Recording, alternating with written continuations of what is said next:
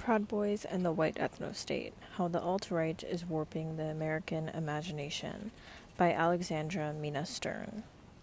Introduction. The New and Old of White Nationalism. In the summer of 2016, I was online doing some research on early 20th century eugenics and immigration restriction when I stumbled across the centenary edition of Madison Grant's The Passing of the Great Race. It was about 1 month after Donald Trump had won the Republican primary, and the prospect that someone who had called Mexicans rapist, pushed bitherism, and demanded a massive border wall would become the next president of the United States seemed remote, if not impossible. As a scholar interested in the intersections of racial and reproductive politics, I was acutely aware of the history of white nationalism in America. I had studied and taught about organizations old and new, such as the Immigration Restriction League, the Ku Klux Klan, and the American Resistance. Now eugenics is rearing its bigoted head in a celebratory reissue of racist classic brought out by Austera Publications. This press was founded in 1999 to disseminate Arthur Kemp's March of the Titans, the complete history of the white race. Its flagship work, which appeared in its 4th edition in 2011. This massive text, which seems geared to homeschoolers, proposes that a civilization rises and falls by its racial homogeneity and nothing else. As long as it maintains its racial homogeneity, it will last. If it loses its racial homogeneity, it changes its racial makeup, it will fall or be replaced by a new culture. A little more online digging revealed that Austera, with its commitment to Eurocentric history, is one of a handful of publishing ventures that produces on-demand books with titles that scream Islamophobia and white supremacy, and glorify Western civilization.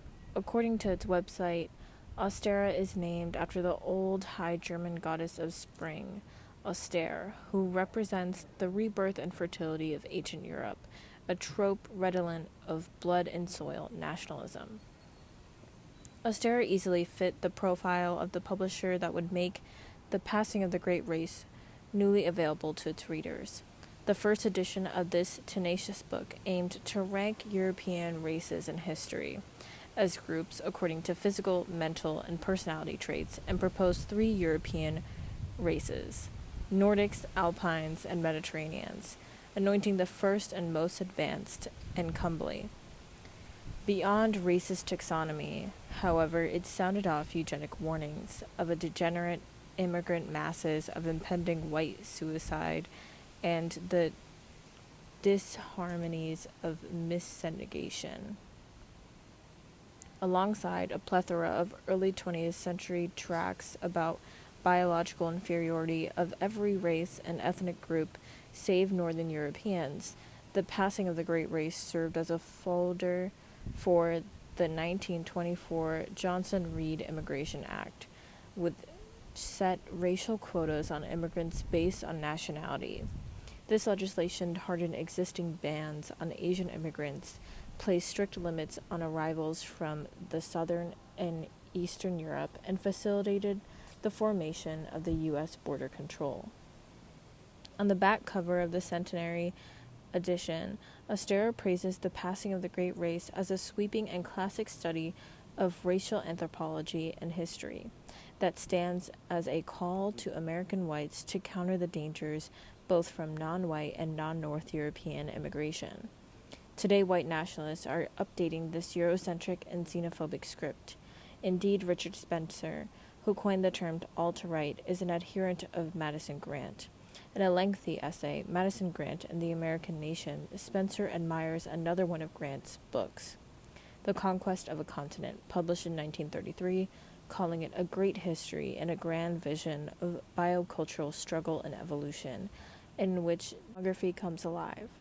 The Conquest of a Continent recounts the story of how America became a Nordic country through a combination of individualism, Protestantism, uprightness, and a pioneer spirit. Unlike The Passing of the Great Race, which Theodore Roosevelt called a capital book, had a large following, the conquest was panned by reviewers, who by the mid-1930s looking askance at such unbridled racism. Now, more than 8 decades later, Spencer wants to rescue Grant's later work, lamenting what he views as an unfair dismissal of the book as blunder-headed eugenic thinking associated with the Third Reich. He commends Grant's entire corpus as a guiding compass for assessing racial degeneration in the 21st century America and a masterful model of how to deploy science to promote white nationalism. As it turns out, the rehabilitation of American eugenicists as a pastime of the alt-right. 4 years earlier, in 2012, Guinness Press, based in the UK, published an edition, now out of print, of The Passing of the Great Race, with a foreword written by Jared Taylor, the head of the American Renaissance, an organization focused on the so-called race realism, an entrenched pillar of white nationalism. Grant and his contemporary Lothrop Stoddard, author of The Rising Tide of Color Against White World Supremacy, are enduring darlings of the alt-right. The highbrow white nationalist webzine Countercurrents Publishing, which also has a book publishing arm, annually commemorates Grant's birthday, lauding his multi-pronged white advocacy. In the words of Countercurrents, Grant was an American aristocrat and pioneering advocate of white racial preservation, immigration restriction, eugenics, anti-miscegenation laws, and the conservation of wildlife and wilderness. Countercurrents praises Grant as an exemplary environmentalist who, alongside Stanford University's first president, David Starr Jordan, and Sacramento philanthropist Charles M. Goff, were race realists and eugenicists. Countercurrents also memorializes Stoddard's birthday, extolling the virtues of his racist study of the Haitian Revolution and his more widely known The Revolt Against Civilization. Although Countercurrents concedes that some of Stoddard's ideas seem trite today, it emphasizes the contemporary relevance of his contention that a nation's breeding policy is at least as essential factor in geopolitical strategy as trade policy or defense. Like many Americans, I was disconcerted and spooked by the alt-right's breakthrough into politics, media, and culture. Now it was surfacing in my research. I recognized its catchphrases, such as white genocide, and its recycling of stereotypes about people of color, crime rates, and IQ scores. Struck by both familiarity and strangeness of the alt-right, I decided to bear witness to it in real time. Was the alt-right simply old wine in new bottles, the latest incarnation of American eugenics, racism, and anti-egalitarianism? Was it something novel, with potential to reshape politics and discourse, abetted by sympathetic Republican presidential administration, an upsurge in national populism, and context of simmering white rage? Could the alt-right appeal to younger generations of white Americans who might be swayed by anxieties over demographic despair and tantalizing visions of racially homogeneous homelands? What were the cultural and political implications of the circulation of alt-right lexicon, as terms such as ethnostate, human biodiversity, conservative, and snowflake entered the American vocabulary? To answer these questions, I spent hours and hours online, taking deep dives into ever-expanding sea of URLs, exploring sites such as Countercurrents, Radix Journal, and that of Ostara Publications. Some of these sites have been actively posting without interruption for years. Others distributing on-demand books offering occasional posts, and some were morbid webzines with archived content. In order to mine the intellectual bedrock of the alt-right, I set out to read and analyze its quasi-scholarly work as a formidable form of knowledge and production in an era of rising authoritarianism and ultra-nationalism across the globe. I began to amass my archive, concentrating on long-form essays like Spencer's article on Madison Grant, as well as monographs, anthologies, and manifestos published by alt-right publishing enterprises such as Countercurrents, American Renaissance, and the Budapest text-based archos. Although unlikely to ever survive academic peer review, this sizable body of literature strategically adheres to scholarly conventions, reflecting the graduate training of a good many of the alt-right mandarins. I knew what to unearth this history of the president. I also needed to get under, to excavate the alt-right memes and tropes that have erupted online. Thus I delved into virtual communities on Reddit, 4chan, and 8chan. Visited the long-standing white nationalist message board, Stormfront, read thousands of comments on YouTube and Twitter, and knocked around the dark corners of the ugly, unmoderated virtual realms of Gab and BitChute. This unwieldy collection of sources, most born digital, constitutes the archive for this book. Drawing from this unconventional archive, I have written this book in tandem with the alt-right's crescendo before and after Trump's 2016 victory, its dispersal in the wake of Charlottesville in 2017, and its subsequent attempts to reassemble and normalize.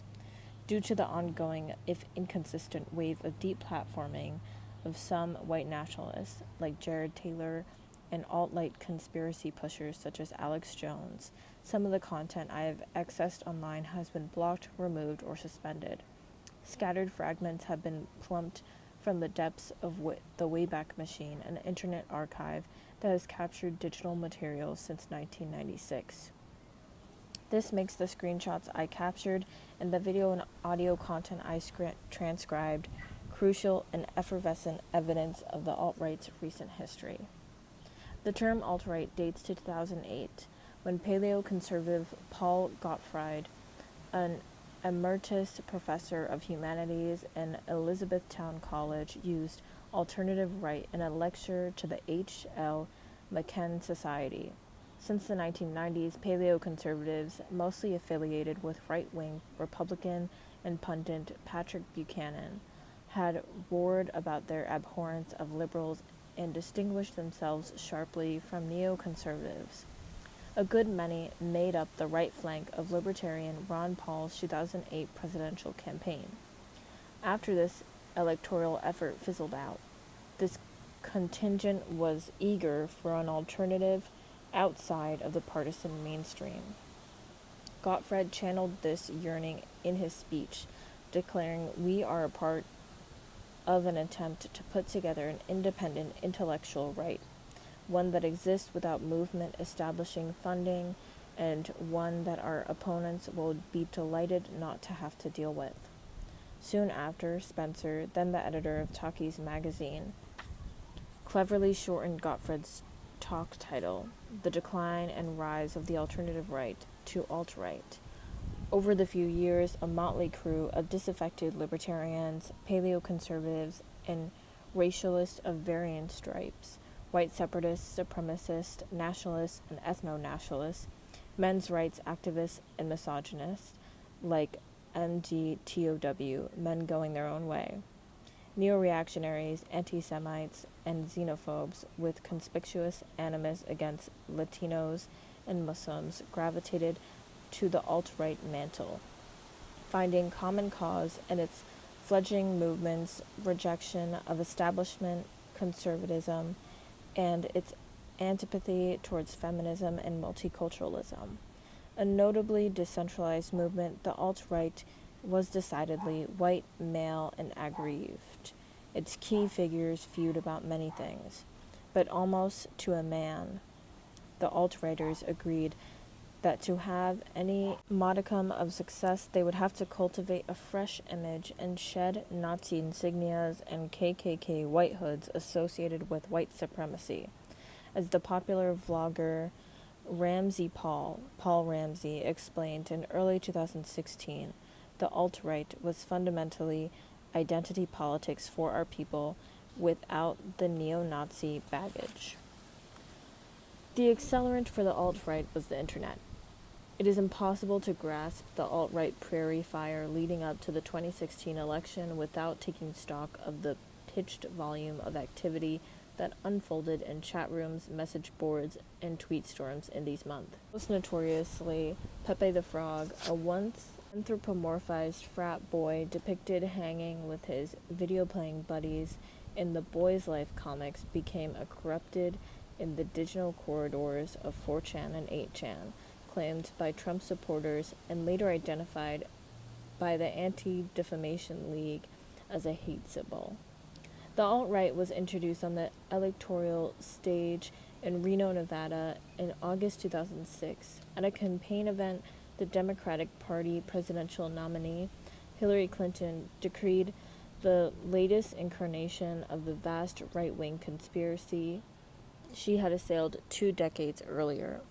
After providing examples of fake news, racist remarks, and conspiracy theories emanating from the dark reaches of the internet, Clinton asserted these race-baiting ideas, anti-Muslim and anti-immigration ideas, anti-women, all key tenets of making up an emerging racist ideology known as the alt-right. She was absolutely correct, although in hindsight, this speech, along with her subsequent basket of deplorables jab, ended up galvanizing the Trumpian trollers and tweeters who took to the public square of the internet to amplify the right wing's raucous, mischievous, and vicious memes and messages. Trump emboldened this amorphous online army further. And once he won the election, the alt-right gloated on a triumphant high. Even if the new commander-in-chief was not as extreme as many alt-righters would have liked, they herald him as a step towards this new normal of white nationalism and ineluctable demise of liberal America. One claimed that Trump may just unlock the future we have all been striving for, and Spencer celebrated Trump's win as, at its root, a victory of identity politics. This high was deflated partially by the post-election Hellgate episode when 200 attendees at a meeting held at the Virginia-based white nationalist think tank, the National Policy Institute, led by Spencer, raised their arms and shouted, "Hail Trump, hail our people, hail victory." While at this spectacle, caught on video and spread with viral speed, might have sent shivers down the spines of most Americans, many alt-righters shrugged it off as just another ironic jest that normies could just not grasp. Hellgate caused troublesome optics for the alt-right. The events that transpired at the August 2017 Unite the Right rally in Charlottesville, Virginia, punctured the bubble. Seaville was a disaster that shattered a coalescing critical mass of white nationalists and tarnished the alt-right label. It also proved that as the visibility of the alt-right increased, its ability to control its image decreased. The alt-right could easily succumb to its loudest, angriest neo-Nazi denominator. Today, the alt-right is in an uncharted phase, facing media scrutiny, legal prosecution, and negative press, exacerbated by its penchant for eating its own, interscene backstabbing, and testosterone-charged power plays. Alt-righters themselves complain about the movement's tendency to purity spiral, or insist on increasingly absolutist positions, usually related to the Jewish question or the women question, which induces paranoia and ideological claustrophobia. To an extent, the fallout from Charlottesville has forced a turn to the alt-right's initial form of decentralization. At the same time, many sympathizers have become weary of the moniker alt-right and are now trying out labels such as dissident right, affirmative right, ethno-nationalist, and identitarian, or simply opting for nationalist. Alt-right, however, has become a household term, used in media coverage and accepted, if begrudgingly, by nationalists on both sides of the Atlantic. Moreover, the prefix alt connects the term to a family of movements in Europe, such as Alternative for Germany and Alternative for Sweden, to which alt-right is allied. There have been shakeups in the alt-right pantheon too. Once atop his Hellgate high horse, Spencer had been sidelined and is often disparaged by prominent alt-righters and ideological allies. For example, in summer 2018, Gottfried roasted Spencer, saying that he went off the deep end, trying to become some kind of guru to a white nationalist right, which had no way of succeeding as an alternative to anything. Spencer's demotion bodes well for the future of the alt-right. Without him sucking all the air out of the room, the alt-right landscape is being populated by a growing cast of minor actors and activists who produce media content every day and are making efforts to build a white nationalist community in real life. Identity Europa, rebranded in 2019 as the American Identity Movement, reports it is adding chapters and members at a fast clip. The movement has also spread its international wings, forging and deepening ties with nationalist and identitarian groups across Europe. The ethno-nationalist Skansa Forum in September 2018 in Copenhagen, the American and European speakers were sanguine about the future, noting an uptick in interest of people waiting for a way forward, and reminding the audience that the problems that are driving people towards us are not going away anytime soon. On the 5-hour Yule web TV marathon broadcasted by the alt-right channel Red Ice in December 2018, white nationalists voiced similar sentiments. During his cameo, James Edwards, host of popular syndicated radio show Political Cesspool, exuded optimism, stating even though white nationalists in America might have to suffer a bit more, our best days are ahead of us, and tribalism is ascendant. The regrouping of alt-right is not happening in isolation, and it benefits from political and media environment hospitable to its message. Conservative media hosts like Tucker Carlson of Fox News parrot the alt-right's rhetoric, and Trump tweets white nationalist tropes. Paradoxically, the intense criticism of alt-right has encouraged the circulation of its icons and slogans. Alt-right ideas that previously lurked in the shadows of unspeakable have migrated into everyday discourse, becoming imaginable and utterable. I'm not interested in these ideas, concepts, and frameworks. My approach is not biographical and does not dwell on personal motivation or organizational histories. Although names are mentioned for purposes of identification, I do not attempt to suss out the actual identities of avatars and aliases, nor do I wish to engage in ad hominem attacks or doxing. My aim, instead, is to deconstruct the prevailing set of alt-right ideas, to trace their genealogies, to flesh out their meanings, and to explore how they endanger equality, diversity, and inclusion in the 21st century America. I neither trivialize or sensationalize the alt-right, nor do I assume it is an aberration, even if it frequently inhibits the gutters of political discourse. Some scholars and journalists interchange terms white supremacist, white nationalist, fascist, and neo-Nazi. In this book, however, I primarily use alt-right and white nationalism. I have hewed closely to the written and multimedia production of self-professed alt-righters and white nationalists, which I seek to analyze with semantic verisimilitude. In addition, I want to avoid peppering the narrative with the dizzying array of descriptors. Understandably, there is significant overlap and slipperiness between white nationalism and white supremacy. The latter term is often understood as a more extreme and jolting of the pair. Assigning the labels of white supremacy and neo-Nazism to people and ideas has the advantage of shock value and attention grabbing, but it often comes at an unfortunate price of centralization and hyperbole. Even if definitionally accurate, these labels can eclipse on the more insidious aspects of white nationalism prone to mainstreaming. For example, it is essential to dismantle the claim made by white nationalists that they are more reasonable and compassionate than white supremacists because they merely want rights for white people or believe that whites needed to be protected within their own border like an endangered species. Increasingly, white nationalists, as they tactically take white exceptionalism for granted, contend that white supremacy is bad for ethno-racial groups, as it is disharmonious arrangement of white domination over mixed-race populations that, given unfolding demographic patterns, will hasten white dispossession and extinction and turn whites into a shunned, persecuted minorities. White nationalists assert that they want a separate homeland, not to reign with an iron fist over racial and ethnic minorities, but to shore up and shelter their own. As Paul Ramsey has written, some people no longer want to be dispossessed of their homelands, and they also don't want to exploit or harm other races. This book seeks to expose the underlying logic and implications of white nationalism and its master plan of a racially exclusive patriarchal world.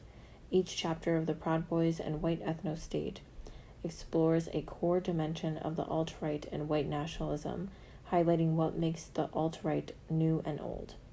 I demonstrate how it adheres to quintessentially fascist ideas of patriarchy, hierarchy, victimhood, anti-egalitarianism, and racial and gender essentialism, manifesting them in the context of 21st century America. A potent representation of this is the White Ethnostate, envisioned by alt-writers as a homogeneous, pristine, orderly, and eugenical engineered utopia. I also explore how these ideas are torqued and spun as they travel and ricochet around the digital playground of the internet, enabling the alt-right to mimic and appropriate mainstream popular culture to white nationalist ends. This can be seen as the alt-right's particular version of political awakening, red-pilling, and in the case of white nationalist women who have inserted themselves, despite patriarchal pushback, into the conversation, abetted by online cultures of DIY videos and digital storytelling. Chapter 1, Red Pills for the Masses, Meta-Political Awakenings, focuses on the idea of transformation or conversion, exploring the alt-right's conceptions of individual and collective transformation, often described as awakenings. Red pilling, a term appropriated from the science fiction film The Matrix, represents the process by which someone comes to realize that things are not really what they seem. More pointedly, that whites have been sold a bill of goods called diversity, inclusion, multiculturalism, and gender equality. Born in the toxic technoculture of the online manosphere, where men blame women for their sexual failures and feminism for its destructiveness, red pilling migrated into the alt-right as the movement took shape and has become a staple expression for conversion. The pill metaphor is so compelling that it has expanded to include white pills, which provide doses of optimism, and black pills, which cause despondency. This chapter moves on to examine metapolitics as a term used to describe pre-political approach of white nationalists who view winning the hearts and minds of white Americans as necessary initial step toward massive social change. Originating in the French nationalist movements of the 1960s, the concept of metapolitics has become the alt-right's foremost way to explain how to bring political transformation through cultural means. This chapter underscores the degree to which the alt-right's intellectual pedigree relies heavily both on European New Right thought leaders and in the strategic appropriation of concepts from the left. Chapter 2, Back to the Future, Reactionary Timescapes, explores the dimension of time and provides philosophical rumination on the right's approach to temporality, which is an integral, if unacknowledged, aspect of the imagined expansion of white nationalism. The alt-right's love affair with time is emblematic of the veneration of the mythic past characteristic of fascist movements, whether in the 1930s or in the current moment of heightening ethno-nationalism across the globe. Yet, the alt-right approach to time is more than retrospective nostalgia. It is better understood as a timescape with its own tempo and beat. The alt-right projection of white demise incites a race against time, against demographic transition, the browning of America, and looming racial oblivion. Many alt-righters envision a present that is accelerating and a future marked by catastrophes, ruptures, and cyclical turnovers.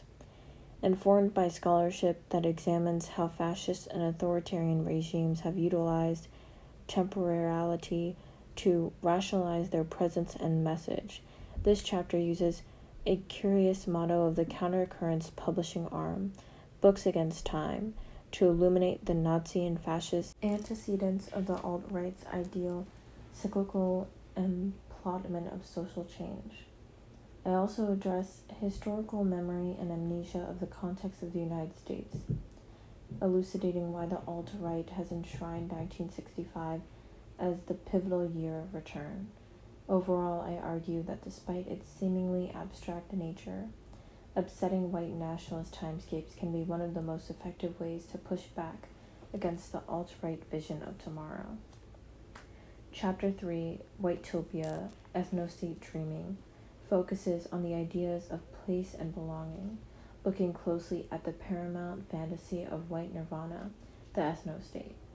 I examine the genesis of the concept of the white ethnostate, specifically how it has drawn on right-leaning fear-mongering about racial degeneration and hopes for eugenic optimization, as well as on the left-leaning environmental notions of ecology such as the bioregion.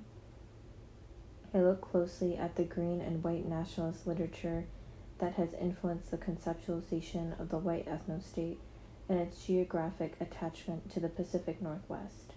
Exploring the ethnostate opens up the Pandora's box of criteria for whiteness and inclusion, which are contested issues among alt-righters. I examine the vetting algorithms for the ethnostate developed by one white nationalist, following his flowchart to gauge how whiteness is asserted based on racial, moral, and political criteria. This chapter juxtaposes the alt-right's beneficent view of the ethnostate, a version of diversity that purports to respect races by separating them, with the harsh and cruel realities of the policies that would be required to enforce new territorial boundaries in a multiracial America. I suggest that even if a remote possibility, the ethnostate is an idea that already is eroding the distinction between civic nationalism and ethno-nationalism in ways that are particularly dehumanizing to Latine. Chapter 4, Cat Ladies, Wolves, and Lobsters, a Menagerie of Biological Essentialism, moves on to explore the ideas of difference and inequality. Specifically, I examine how biological essentialism undergirds the alt-right, anchored to rigid conceptions of gender binaries and natural hierarchies.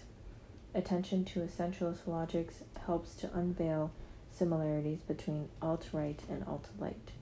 The former likes to portray the latter as sympathetic to core right-wing tenets of anti-Semitism and anti-leftism, but unwilling to abandon the safety of civic nationalism to embrace white nationalism. The latter likes to portray the former as obsessed with race and edging too closely to neo-Nazism and white power extremism. Despite these rivalries, the alt-right and the alt-light both posit that modern society is degenerating into chaos, that universality and egalitarianism are sham doctrines, that political correctness and do-gooder leftists dubbed social justice warriors are reasonable and absurd. For many online users, though, the turf wars between alt-right and alt-light are an invisible and meaningless insider's game.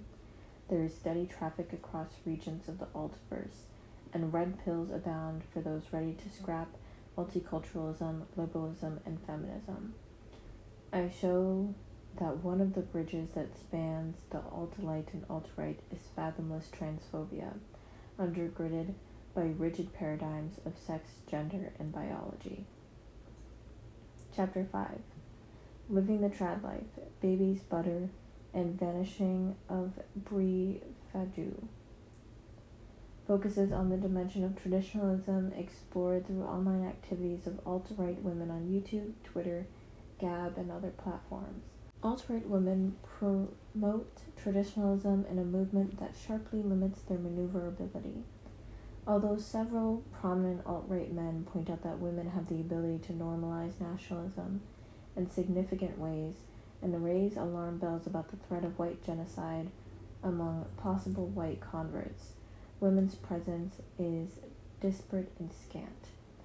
This is explained in part by the overwhelming misogyny that saturates the alt-right and has fueled the harassment of some white nationalist women, like pseudonyms Brie Fashu. The alt-right has characterized by the dominance of its presumptuous and actual patriarchal leadership, and it's inarguably male-centric.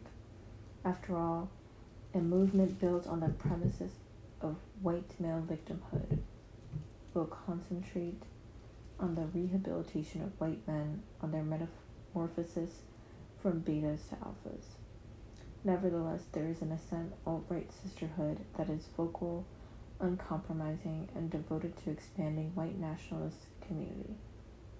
Its members share stories of red-pilling and the virtues of domestic life, and elaborate on the nefarious ways in which liberalism, globalism, and multiculturalism affected them and their families, ostensibly in peril in their racial heritage. Focused mainly on digital forums such as blogs and video interviews produced by alt-right women, this chapter explores how digital storytelling functions as a powerful modality for individual conversion narratives and the formation of alt-right collective identities. Chapter 6, Normalizing Nationalism, Alt-Right Creep, takes stock in the alt-right during the ongoing phase of concerted attempts of normalization of the movement. Many alt-right leaders strive to cast off many remaining vestiges of neo-Nazism and 20th century white power movements and earn a badge of respectability. I review these attempts at normalization, which have unfolded alongside continued tailspins from the 2017 Charlottesville rally and the meager turnout of white nationalists at the Unite the Right Rally 2 in the summer of 2018 in Washington, D.C. I also stress the conditions of possibility that exist for alt-right expansion today, drawing from recent scholarship in political science, demography, and psychology. I examine the extent of alt-right political beliefs among white Americans. I also reflect on the demographic transition in the United States and how alt-righters exploit consensus numbers to incite fears of white extinction. In addition, I argue that the alt-right seeks to dismantle civic nationalism, which is chipped away at the daily by Trumpian policies, and supplant it with ethno-nationalism. I suggest that the appeal of alt-right discourse should not be underestimated during a movement when widening phalanx of white men believe their rights and identities must be protected at all costs, when national politics include the extreme vetting of immigrants and proposals are being floated to end, if not revoke, birthright citizenship for U.S.-born children of undocumented parents and even of legal immigrants. While pundits on the right, left, and center are generally quick to condemn the alt-right and white nationalism, their ideas are being broadcast by Fox News and other media outlets, by the Trump administration, and overtly endorsed and tactically counter-enhanced by Trump's wing of the Republican Party. As one journalist writes, together they are the chief launderers of white supremacist and white nationalist ideas in America today. It is a not foregone conclusion that the demographic transformation of America to racial plurality will lead to a semi-cohesive polity existing within the bounds of civic and multicultural nationalism. There are other darker pathways on the near and far horizons, outlined by thinkers such as Timothy Snyder and Henry Giroux.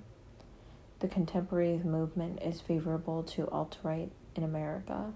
Populist movements are surging across the globe, moving not toward progressive grassroots democratization, but toward pernicious vortexes of ethno-nationalism and xenophobia.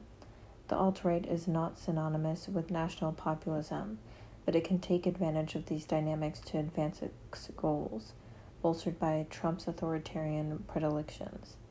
Furthermore, the digital environments of social media, which afford instantaneous exchange on platforms such as Twitter, Gab, YouTube, and Facebook, not only serve as an imaginative cauldron for the alt-right meme-making, they also enable the construction of a romanticized white tribal identity and of networks of the flesh and blood counterparts that materialize in real-life nationalist meetups.